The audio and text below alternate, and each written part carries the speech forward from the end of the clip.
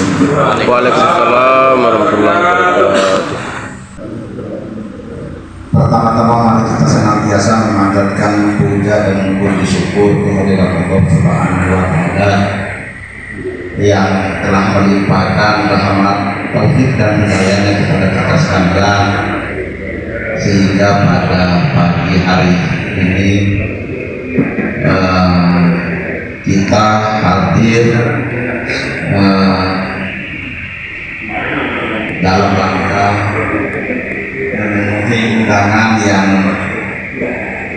hampir seluruhnya disampaikan melalui WA grup Universitas Bojo dan juga adanya disampaikan secara fisik. Selanjutnya salawat dan salam semoga tetap tercurahkan kepada junjungan kita Nabiullah Muhammad SAW, uswatun hasanah dan semua nabi yang menjadi teladan kita hingga akhir zaman. Bapak dan Ibu yang hadir pada pagi hari ini sesuai dengan undangan yang disampaikan kepada Bapak dan Ibu, bahwa ada beberapa agenda yang Bapak kita yang tertera dalam undangan. Yang pertama persiapan UAS, persiapan KKN, evaluasi penerimaan mahasiswa baru yang lain. Walaupun ada agenda ini yang selalu kita ulang-ulang tetapi tidak seperti penerimaan mahasiswa baru ini agenda yang menjadi aksesnya kita, kewajiban moral kita bersama, masalah penerimaan mahasiswa baru. Yang berikut, sebelum saya menyampaikan materi rapat agenda kita, saya ingin menyampaikan kepada kita semua sekali lagi, mohon disiplin waktu ini. Ketika kita lainnya saling menunggu, ya sampai unsur pimpinan menunggu, ya orang tua kita di depan itu pimpinan 30 menit yang lalu itu dosen itu. Padahal yang terpenting dalam agenda rapat ini kita dosen bersama. Kemudian tolong kedua harus digabungkan, saya selalu pantau dalam pikiran, hati saya, mata saya. Ada dosen yang relatif jarang sekali hadir, bahkan kita kenal selama saya jadi pimpinan di Unbo yang di sini itu sampai sama Firdaus saudara itu tolong di ya walaupun yang lain-lain juga tapi mendingan itu dua itu saya jadi atensi itu. Jadi bukan berarti tidak ngomong, saya tidak tetap pantau dosen. Nah itu kewajiban moral kita sebagai pimpinan, ya, karena disiplin kebersamaan itu penting dalam kita berorganisasi.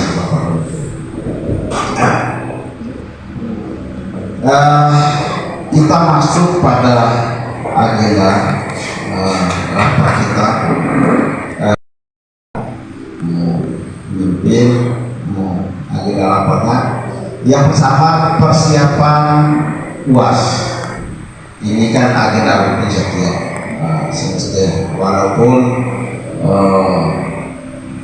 agenda ini selalu setiap semester selalu ada, tetapi wajib kita mengejarkan kembali melalui rapat-rapat persiapan kita. Yang pertama kaitan dengan UAS ini, saya minta dosen segera menyelesaikan materi kuliahnya hingga 16 kali pertemuan, Pak. Artinya 16 kali ketemu di kelas, 2 kali meetnya UTS-nya ya. Jadi kalau ini tanggung jawab moral, Bapak. Sekiranya Bapak dan Ibu sampai dengan minggu besok lusa itu tuntas materinya, sampaikan diktat atau TTS ke mahasiswa. Ya paling tidak mahasiswa tahu pokok-pokok bahasa. Kalau memang dari kemarin-kemarin itu berhalangan, itu tanggung jawab moral kita sebagai dosen. Yang berikut WR1 segera buatkan SK panitia UAS, Pak. Jadi dan dikoordinasikan oleh prodi yang menanganinya. Nah, apakah admin ini masih dua-dua itu admin atau komunikasi ya yang menjadi kemudian pelaksanaan UASnya mulai kapan? Tanggal 5. Ini tanggal 5 sampai tanggal 12 ya. Ya. Jadi dalam bulan Juni ini, kemudian bentuk dan konten soalnya, Pak. Jadi tetap satu soal. Jadi sampaikan 1 atau 2 soal per dosen kalau yang supaya materi soal-soal ketika dievaluasi oleh tim akreditasi dan sebagainya bisa beda-beda.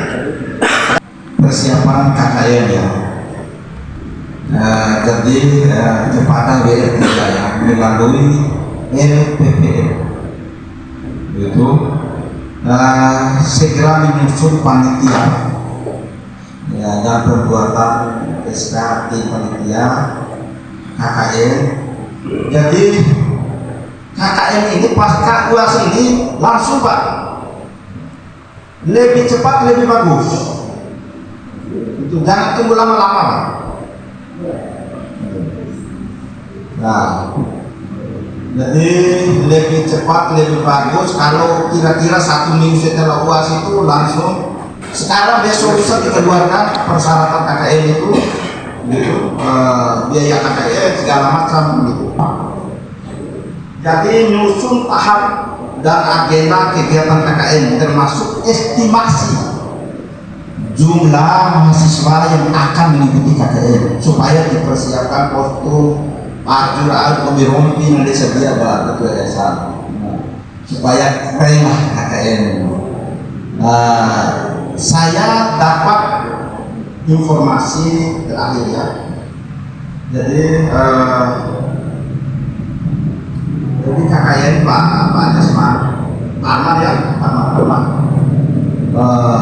Segera disiapkan tahapan-tahapannya, persiapannya, persyaratannya dan sebagainya. Ini prosesnya itu supaya cepat kita drop mahasiswa di lapangan. Jadi persyaratan mahasiswa KKN agar ditertibkan juga nilai sesuai dengan SKS-nya harus berapa, biaya KKN. Terakhir saya juga terima BA jadi ada fasilitasi MBKM untuk mahasiswa KKN boleh di Badan Keluarga Berencana Provinsi. Jadi apa syaratnya itu Pak Adi? Tolong, karena mereka kayaknya akan memfasilitasi kegiatan KKN gitu.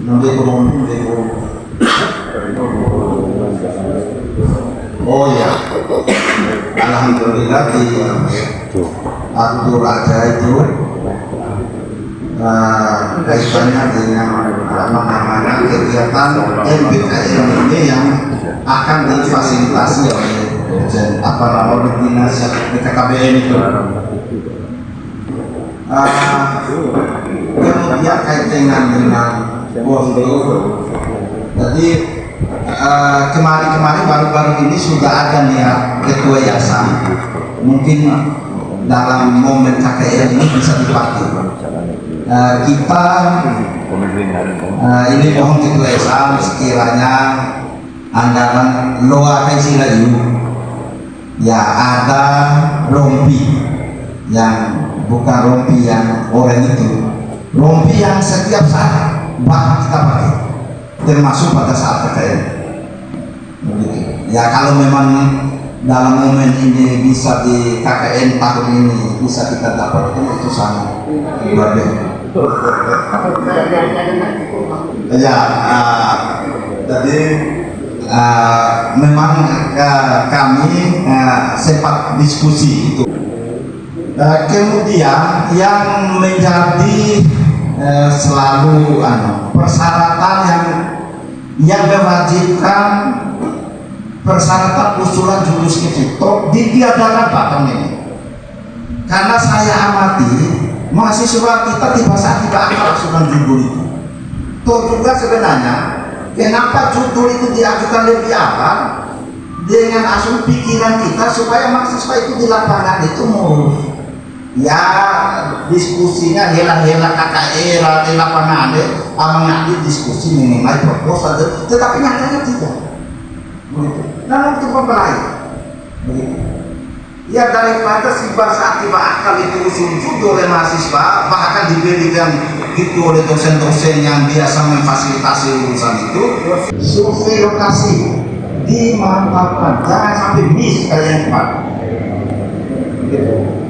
Jadi apakah penitia menentukannya yang harus itu komunikasi dengan aparat desa harus tuntas gitu. Terima apa tidak mahasiswa KKN, jangan sampai ada dua sekretaris desa lalu kepala desa mahasiswa tidak jelas nanti di lapangan begitu.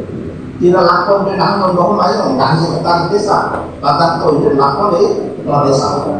Nah, ini juga harus tuntas, panitia harus sehingga lokasi termasuk tempat misalnya mahasiswa dan sebagainya. Ya kira-kira apa yang tidak bisa dibantu juga itu bisa komunikasikan juga. Kalau sekiranya mati luar berarti aku masyarakat di tempat KKN itu kurang seret, ayo lah gitu. Pindahkan aja itu ayo kasihan. Ada apa namanya masyarakat desa aparatnya yang tidak ada dengan mahasiswa KKN. Ya orang apa mau nggak yakinkan mereka apa itu esensi KKN itu dikiranya bahwa proyek masyarakat. Padahal itu melakukan pemberdayaan untuk membangkitkan semangat gotong royong masyarakat, memfasilitasi masyarakat, itu kan sebenarnya bukan lalu apa namanya membersihkan blok mahasiswa. Untuk syarat KKN selain lunas administrasi juga sudah lolos 119 SKS atau dia bagi administrasi, 133 bagi komunikasi.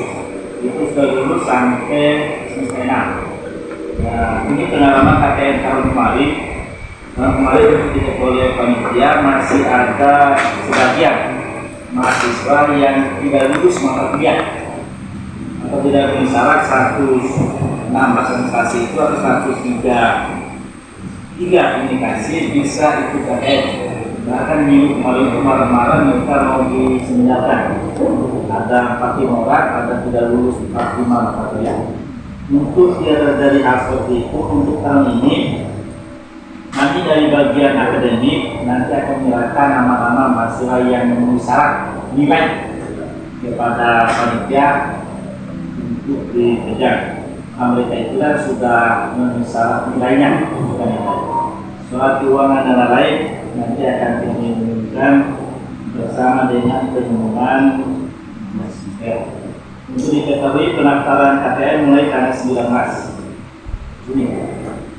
2 minggu setelah selesai ujian, sehingga ada tenggang waktu bagi dosen untuk memberikan baik pertama nilai sempurnanya.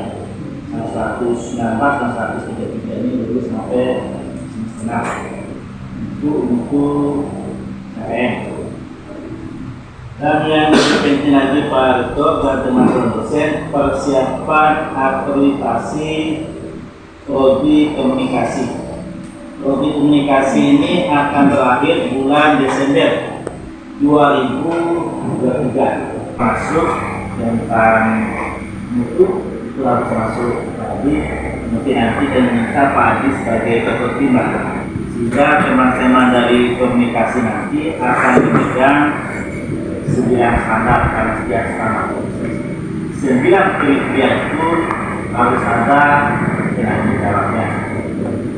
Ini menurut pantauan kami 2 tahun terakhir ini, baik dosen fisik maupun dosen administrasi sudah kurang sekali menghasilkan penelitiannya. Kita selalu fokus pada jurnal. Seharusnya selain jurnal harus ada penelitian dan penelitian. Kecuali kalau satu penelitian 3 orang, masih 1 orang. Nah, silakan nanti dosen komunikasi untuk mengatur penelitian dan penelitian wajib. Karena pengalaman akreditasi institusi kemarin, waktu asesornya Pak Martono, mereka tidak mau hasil penelitian nanti di online, tapi mau fisiknya. Yang di online katanya hanya jurnal, tapi kalau penelitiannya harus ada fisik. Yang diminta hanya kemarin itu menjual fisiknya lewat monitor. Untuk menghadapi hal seperti itu, sehingga kita ini setiap semester itu tetap harus melakukan 1 penelitian dan 1 pengabdian. Dari penelitian dan pengabdian itulah nanti kita lahirkan menjadi jurnal yang akan kita berikan. Dari kami demikian, terima kasih. Assalamualaikum warahmatullahi wabarakatuh. Assalamualaikum warahmatullahi wabarakatuh. Terima kasih. Assalamualaikum warahmatullahi wabarakatuh. Ada beberapa hal yang perlu kami sampaikan. Yang pertama berkaitan dengan kita sudah ada satu rumah sudah sejak tanggal 7 Mei kemarin. Migrasi data kita final. Langkah dari hal tersebut masih ada banyak persoalan kaitan usulan akreditasi. Baru yang lolos usulan akreditasi hanya administrasi kesehatan.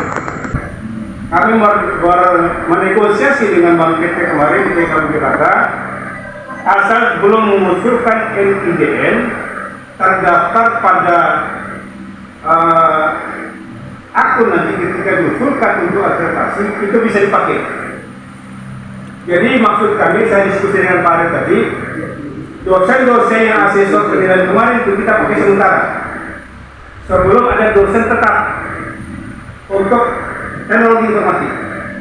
Kalau yang lain kaitan dengan PI pendidikan personal dengan teknologi pangan itu sudah ada, sudah dosennya. Apalagi kaitan dengan dosen dari administrasi kesehatan. Cuma kendala di situ. Kalau kita sepakat untuk mengusulkan dosen ketika penilaian asesor kemarin, kita go. Insya Allah akan lolos akreditasi awal untuk teknologi informasi.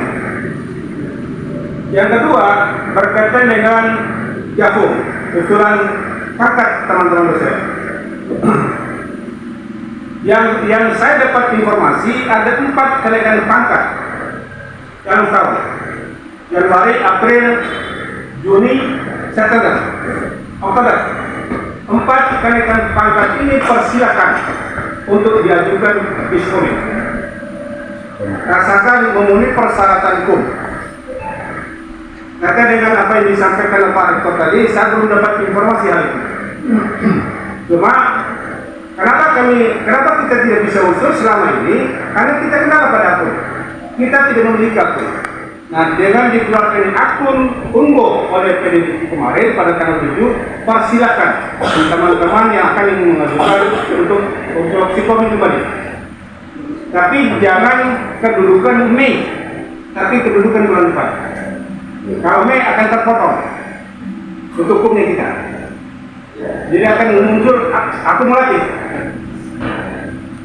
Dan yang terakhir, apa yang disampaikan oleh rektor kaitan dengan impasing itu tidak sama antara dosen pegawai negeri dengan dosen yang dikeluarkan oleh sebuah perguruan tinggi, apalagi PTS. PTS diakui oleh negara hanya pada sertifikasi dosen menjadi beban negara, tidak lebih lanjut pada beban berikutnya.